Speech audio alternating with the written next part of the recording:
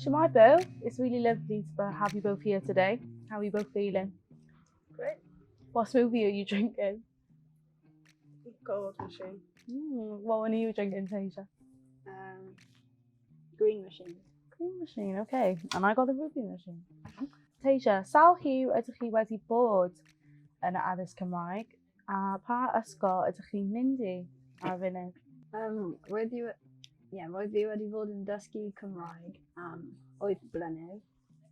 Fi'n mynd i ysgol Gyfan Gwent Esgoed ac ysgol fi wedi mynd i before hynna wedi bod yn ysgol Cymraeg Casnewydd. Ambi, what inspired you and influenced you to send Tasia to a Welsh education? Well, me growing up Welsh and not knowing the language myself made me want to put her into a Welsh school so she can understand and know about being Welsh. And, you know, obviously they do different subjects and covers and stuff and learns more about Welsh, and obviously she'll be able to speak her own language. Felly Tasia, ydych chi'n gallu rhoi fi 3 peth rydych chi'n caru gwneud? Gall hyn bod yn unrhyw beth sy'n dod i dy ben, er enghraifft, 3 o fy hoff peth i yw creu cerddoriaeth, bwyta a gwario amser gyda ffrindiau agos.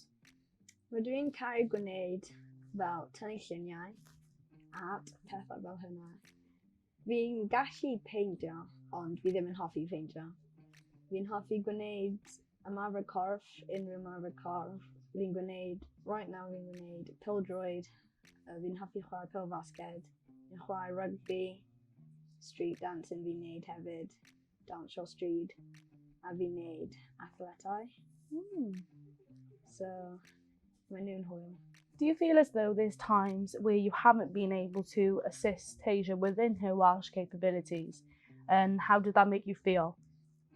Well, all the time, because obviously I can't speak Welsh, understand or read it.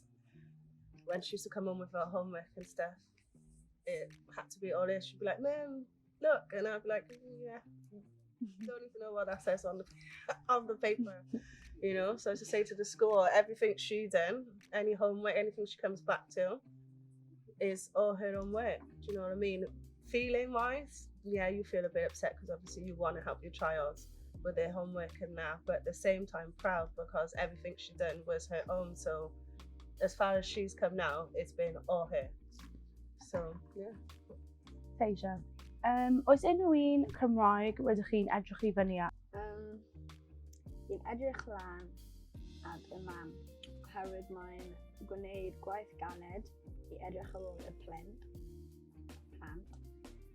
ac hyd yn oed mae ddim yn siarad Cymraeg, ond fi'n fel hapus bod mae wedi rhoi fi rhywle ble fi'n gallu dysgu e. Byddai ti'n hoffi weld mwy o pethau Cymreictod? Gweithgareddau dawns neu gweithgareddau ymarfer corff? Beth bynnag ti eisiau, bydd ti'n hoffi gweld mwy o hwnna'n digwydd yn Casnewydd? Ydyn, oherwydd fel, os maen nhw'n gwneud pethau bydd fi'n hoffi mewn Cymraeg, fi'n meddwl bod hynna'n gallu bod yn dda am pobl eraill hefyd sy'n gallu siarad Cymraeg. Ddim llawer o pobl, ond pobl eraill sy'n gallu siarad.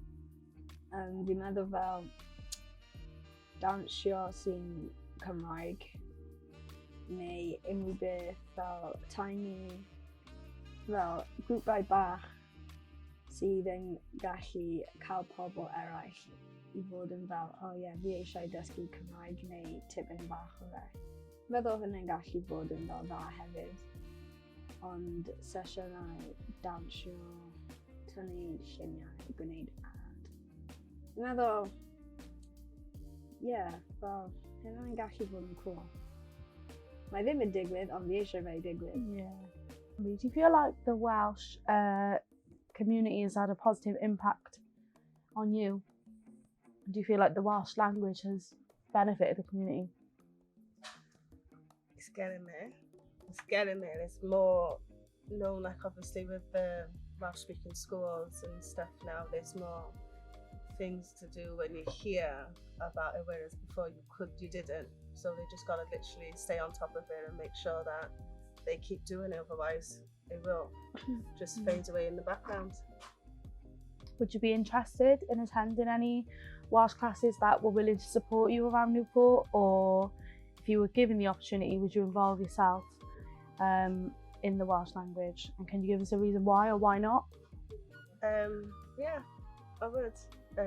Through Say More, so I got a better understanding of what she's doing.